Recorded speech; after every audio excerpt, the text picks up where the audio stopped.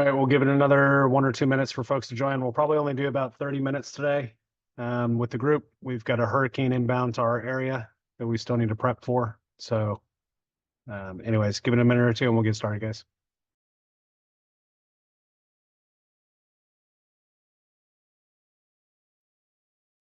All right, out of respect for y'all's time that showed up on time, let's get started. This week, again, probably only half an hour, cameras on if you can. Like to see you guys. Really here just to provide, inputs and support for you guys in the activities that you're doing, questions that you have. If you're going through the process of getting licensed, we can chat about that. If you're already licensed, trying to do license activities, obviously we have a lot of experience in that realm. So we'd love to hear, what you're doing, what challenges you're facing, and how we can help. So we only got 6 of you on today, so I'll probably call on everyone if no one volunteers.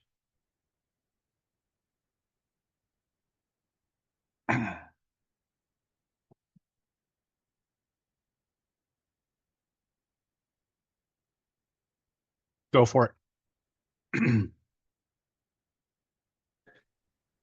Hey, good morning. Can you Hey. guys hear me? Yep.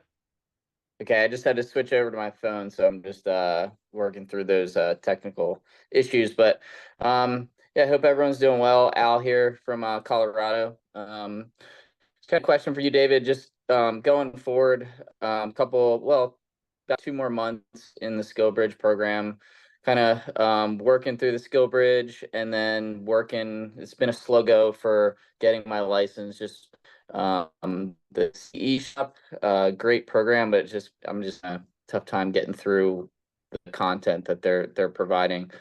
But with that being said, a couple months out before the military tips, kind of looking at different avenues, not only real estate, but kind of picking up some other gigs. And I don't know if you guys or anyone else have run into that kind of like that crunch time where the paycheck is going to be ending here in December. So it's kind of going back to the drawing board of what we're doing and where we're going. So any suggestions or tips or tricks would be great. Sure, yeah. I mean, we've seen plenty of people come in, obviously, and get part-time or full-time jobs as they try to make real estate their full-time career, right? There's no shame in that if that's what you have to do. A lot of what we do talk about in the beginning and as part of the training for you guys going through is building out your finances and all that type of stuff, to make sure that you're going to be good afterwards, right? Because as we've talked about, this industry is very much a roller coaster when it comes to income, when it comes to transactions, all that type of stuff, especially when you're first starting. So, with that, I would say start looking at some other stuff if you need to continue pressing on with your license, process, because obviously you can't make any money in this industry until you get licensed. So continue pushing on that. Build your sphere simultaneously, right? Nothing stops you from announcing to the world essentially that you're working on getting your license to pursue this career in real estate prior to getting a license. So your friends and family know, and they may reach out to you and say, hey, I want your help once you're licensed, right? Then you'll have an idea whether or not you've got sort of some pre-positioned clients lined up prior to coming out. So I'd take a good hard look at finances again, to get prepped in that realm. Make sure that you're good to go there, right? You always want to make sure that your bills are covered, all that stuff, with the military pay stopping, and then just figure out what route you need to go to start out with. Not everyone starts full time, and just because you don't start full time, if that's the case, doesn't mean that you can't make this successful career. You're on mute. I appreciate the advice. Thank you. Yeah, absolutely.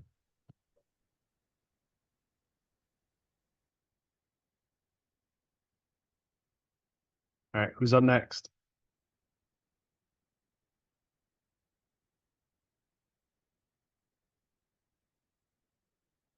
Go for it, Jonathan. I just got my license like 4 days ago, 5 days ago. So now I'm working on building all the platforms and make sure everything's right. If you have any advice on what should I do next, I appreciate that. Sure, I think I saw your application come through with the EXP, right, to join the team. It's part of the process. I think Yeah. we've got the doc. So we need to get that signed on our side to get you going. Again, we've got hurricane stuff going on. Right. Unfortunately, it's delaying things a little bit. But as part of that, you'll get access to, you'll get put on Follow Up Boss.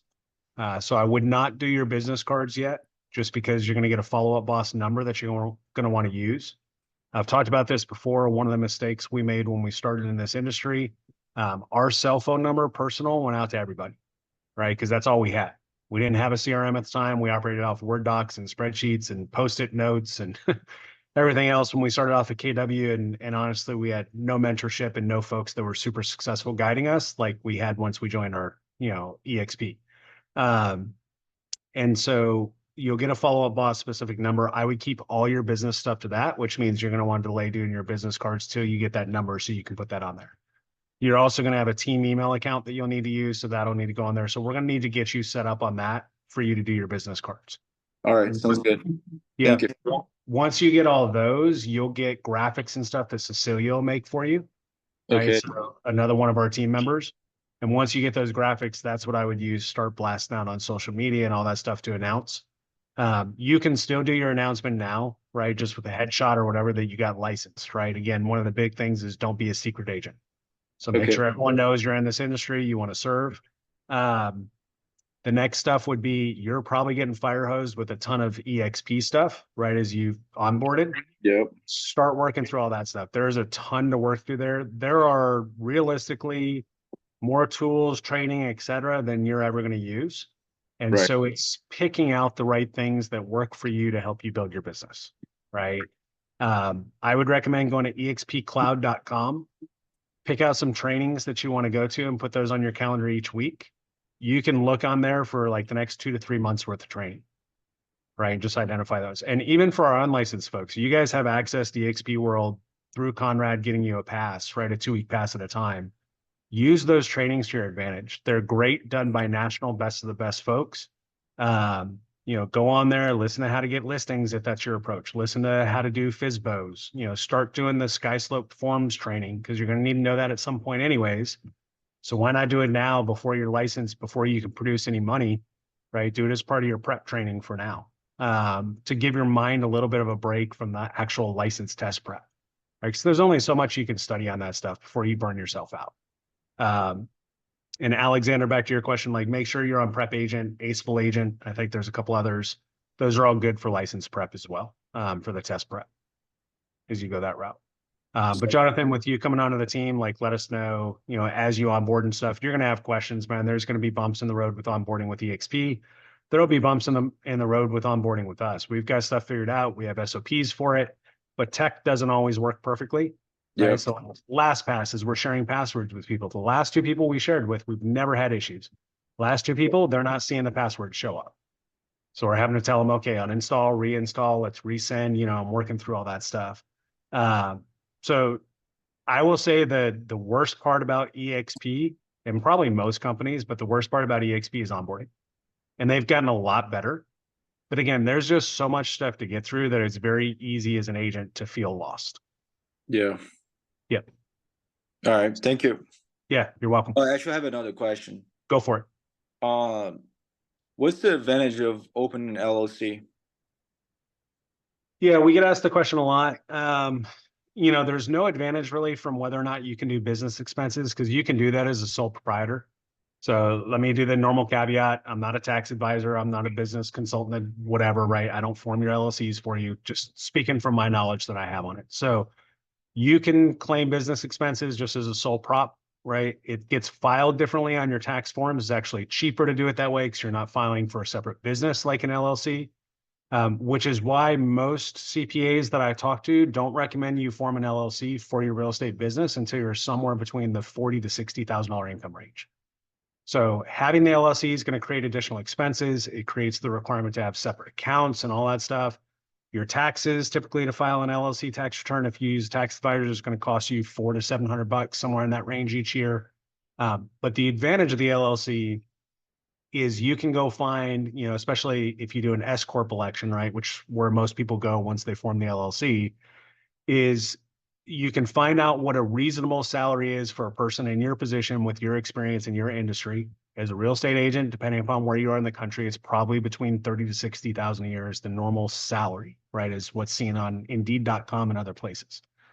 And you would then identify that as your actual salary coming out of your LLC. Your salary, you're going to pay Social Security taxes on, Medicare taxes on. You're double paying, right, compared to what you're used to, because you're paying both the federal side and the employer side, right? So you're the employee and the employer side. The advantage to it is all the income that's not coming through as salary is exempt from all those taxes. So you'll still pay federal on your federal income tax, but you won't pay all the normal employee taxes, the Medicare and Medicaid and all that stuff, Social Security. And so while that might bring down your Social Security income in the long run, there's questions about whether or not that's going to be around when we all get to that age, right? What it does is it gives you more money available up front that's not taxed at that rate. So it avoids that self-employment tax, as they call it. And especially as you start getting into the six figures within this industry, that can be very advantageous to have a set sum of money that doesn't get hit by the self-employment tax. So I would say as you're first starting out, it shouldn't be your first move, but it's something to keep on the books as you grow. Yeah, that makes sense. Thank you. Yep.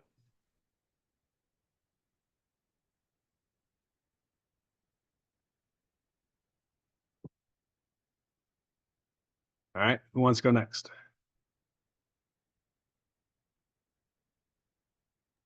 I'll go. Go for it. You guys can hear me okay? Yep. All right, hey guys, my name's Chris. I'm a brand new licensed agent in Florida, Manatee County, Sarasota, Bradenton area, if anyone knows where that is. I just got my license back in July. I started my onboarding process with EXP at the beginning of September. I joined their mentorship program and I got assigned my mentor and all that. So yeah, and then I just officially got enrolled into the SkillbridgeRE program this week, actually, over the weekend.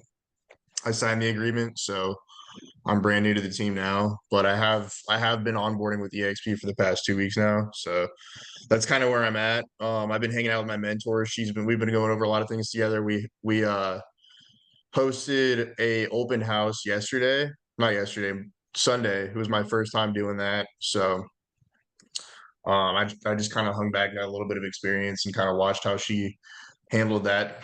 And just did my best to learn everything. So that's kind of where I'm at now, just doing my best to get caught up on the SkillbridgeRE classes and learn everything that I need to learn in order to be successful as a beginner in the industry. So that's where I'm at now. Cool. Yeah, Conrad will be reaching out to you, I think, regarding the whole onboarding stuff, because we'll need to get you set up on Yeah. the team as well. And then we should probably chat about the mentor setup, just because when you come onto the team with us being in Florida, Tasha will probably get switched to being your mentor, just so you know. So that's most likely how that'll end up working out. But we can chat offline about that Okay. once the storm passes. So we're right up in Tampa, by the way, so we're not that far from you. Okay, sweet. But yeah, we're actually Ruskin, so we're midway between Tampa and Bradenton. Yeah. So cool. Yeah, just keep, again, same type of advice, keep pushing on all this stuff. EXP, you're gonna get fire hose as you onboard. So just work through all that. Cool. All right, we got 3 or 4 of you left, 15 minutes or so. Who's up next? Go for it. Hi, David. Can you hear me? Okay, yep, got you. Awesome. So I just had a question because also, with my time coming up, I kind of gotta figure out what my next income is gonna be until I start making some actual money. I kept seeing ads for jobs for something called a real estate assistant, and I kind of wanted to get your opinion on if that's like actually a thing, like where people can like kind of use that for experiencing some fixed income, or is it just something that you don't really do anything, or you kind of just hang back and watch and not much? I just kind of want to get your opinion on it. Sure. Thing. Yeah, so I mean, it's a thing. What I would say is if your goal is to do real estate full-time, long-term, I wouldn't go necessarily the real estate assistant route. I would probably do a different job while doing real estate, like we were talking about earlier. Just to have the income coming in if that's what you need for your finances. And the reason for that is a couple. Number one, if you switch off, right, you're probably going to leave us in EXP, and you're quite frankly, you're leaving a lot of resources, right? And just again, we've told our story over and over, but we came to EXP at 5.8 million in volume. We grew it to 52. right? When the market was still good. It's down this year, obviously, with where the market's at. But Tasha and I did 40 million in volume before we even started our team, right? So we obviously know how to grow a real estate company. From the perspective of trying to go full-time in real estate, I think it would be better being in a different industry, earning the regular salary that you need while doing real estate part-time, just because it exposes you to a different sphere that are not your competition, right? So if you're a real estate assistant, for example, all you're ever going to do is the assistant activities that that person wants you to do. It's probably not going to help you grow. It's going to be very hard to build your own business. And there are plenty of assistant jobs too, where when you come on as their assistant, you're completely barred from doing actual real estate licensed activities because now they're paying you to compete with them, right? Which makes no sense from a business perspective.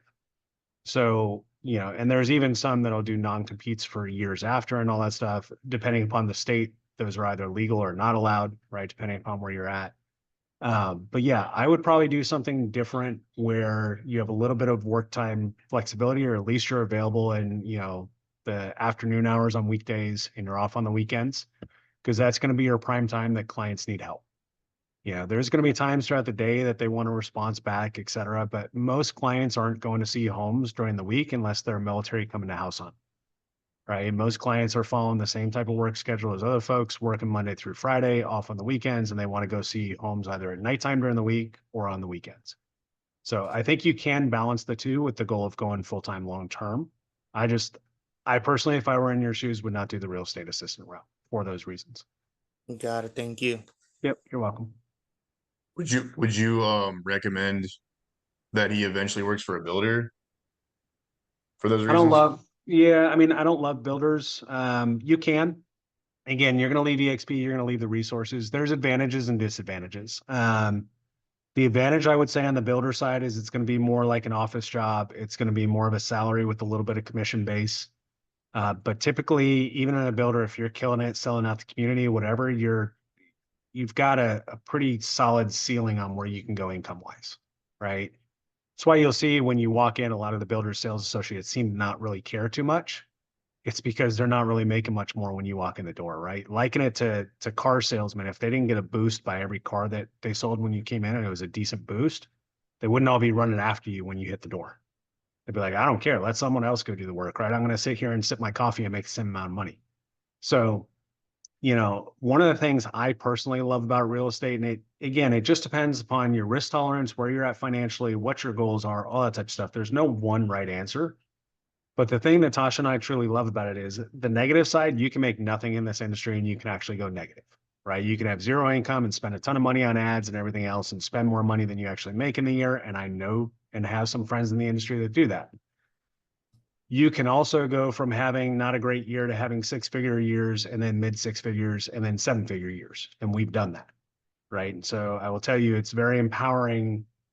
It, you know, contrary to the military where we all came from, it's very empowering to have a job where you're getting paid for performance. You're actually getting promoted for performance, if you will, right? Based upon what your salary is. And you can let your performance do the talking, right? And it shows up in your bank account. I did 22 years in the Air Force. Even when you get promoted on the officer side, it's a bump. It's not a huge bump. And realistically, especially as you get higher in the ranks, 5 or 10 grand a year is not worth the extreme extra amount of responsibility that you have, right, on your shoulders. So in real estate, that's one sale, right? That's one extra sale for the 5 to 10 grand, one extra client to help. So I love the aspect about it of literally you have untapped income. You get to serve people still post-military in a different way that doesn't put your life at risk in most scenarios.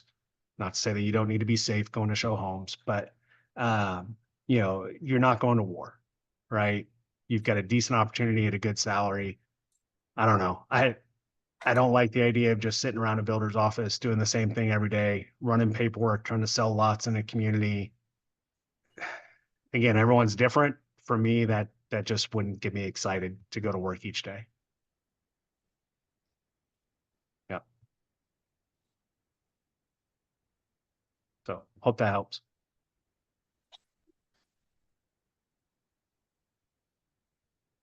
And when you're looking at industries like for other jobs, again, I would find stuff that puts you around a decent amount of people throughout the day. So there's two routes that I would go. I would either find a job that puts you around a lot of people throughout the day so that you build up your sphere for people to possibly help in real estate, or I would find a job where the owner is basically just paying you to fill a seat because that's what they need. And they need you there throughout the day to handle things as they come in. But 70% or more of your day is free time. And you can sit around and try to cultivate clients while you have free time. Those are the two avenues I'd go after.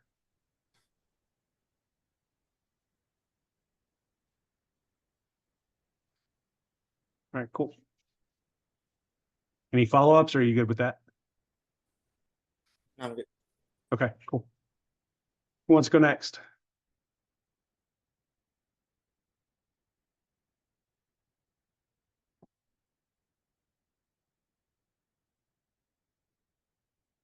I mean, I'll go next. I don't have really any questions for you. Just a quick update on what I've been doing. So Okay. this is week 4 for me. The first 2 weeks I really started off bustling through the SkillbridgeRE program, but then I enrolled in the actual licensing program. So I've really been focusing a lot of my efforts on getting that complete as soon as possible. Okay. So that's where I'm That's at. good. Yeah, I would mix them in. How many weeks do you have left with us? 31 January, so I still have some time. Okay. You got a ways, yeah. I mean, push through the license stuff as quick as you can. It definitely helps once you get licensed to do some other stuff.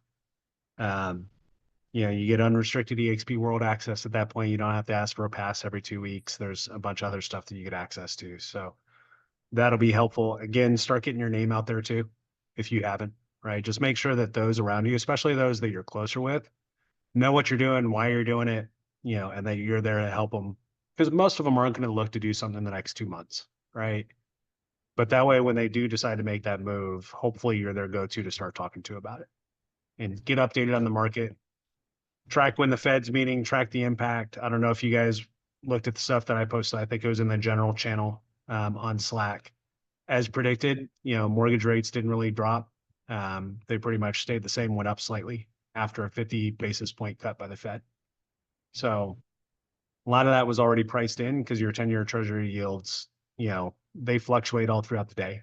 They're not a once every couple months Fed meeting decision time, data point. They're daily throughout the day with traders, pushing them up or down. So a lot of that data was already factored in as it came out. But cool. Thanks. All right, Nathan or Ruben? Hey, good morning. Yep. Go ahead, Nathan. Okay, I was just gonna follow up on the job thing. Driving for Uber or Lyft puts you around a lot of people. It puts you out, driving maybe new areas as you're looking at, hey, can I bring in some? But it also gives you a lot of flexibility with your scheduling. Be able to work around potential, real estate clients as you've been going. Yeah, I mean, I think that's a decent one to go do. You can do it as much as you need to hit the income amounts that you need to do, obviously. So it's got flexibility from that perspective. And we've known some agents that did that, Uber for driving, Uber for Uber Eats, Lyft for driving. Again, sort of the gig economy stuff that gives you flexibility, right? So cool. And what do you have going on personally? What can I help with? Where to start? A lot going on personally. We are personally, we're closing on a piece of property here and trying to figure out, get our ducks in a row about building on it. And Okay. then I'm looking at some alternative. I'm coming up on the end of my SkillBridge time here in about at the end of October, and so working on licensing prep and hopefully getting that thing scheduled, getting that on board, and then leaning forward into that, and then also working the medical field on the side, and so getting a side hustle in the medical field going to kind of bring in some regular income, or kind of getting the real estate niche off the ground as well. Okay. No particular sticking points at this point, but more to come on that over the next probably 4 to 6 weeks as well. Okay. Sounds good. Cool. All right, go for it, Ruben. Hey, good morning, all. This is Ruben, California.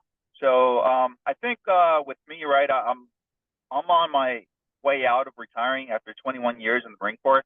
I find it sometimes a little bit challenging trying to juggle VA appointments, California real estate exam, and then SkillbridgeRE, right? So right now, I think my main focus is trying to get that California real estate license, because there's a ton of information on SkillbridgeRE and Extra Realty, and it's just sometimes I feel that I'm a little bit overwhelmed or reading ahead of things that I really don't know. Sure. Yeah, there's a ton out there. I mean, I would balance, getting some of the biggest business acumen as you go along the training, right, along with the licensing. But the reality is you can't really do any license activities and you can't get paid in real estate till you get a license. Right. So, and we also understand, again, being a military family ourselves, right? I just went through all the VA stuff late last year, earlier this year. It's a lot of appointments when you're coming out and you're doing a BDD claim, right? I mean, they like to poke and prod and hours upon hours upon hours at appointments. So, we understand that aspect too, obviously, make those a priority. Those are a big time financial impact, right? I mean, for those of our members that have come out, been able to get 100% on the way out, it becomes a lot easier for them to go full-time real estate, right? Just because they have that income coming in. So it can make a huge difference. If you're going through the process and you don't have someone helping you, you don't have a good VSO that you're happy with, feel free to reach out, ask us for info of the person I use. She's not a VSO. It's a private company, but she's a fellow military member, and has helped several folks that I know get 100% either their first go around or on a reattack. So, yeah. David, thank you. Yeah, absolutely. Any tips on how you structured your medical records to get that 100%? Yeah, so I'll tell you with mine, let me stop recording on this one.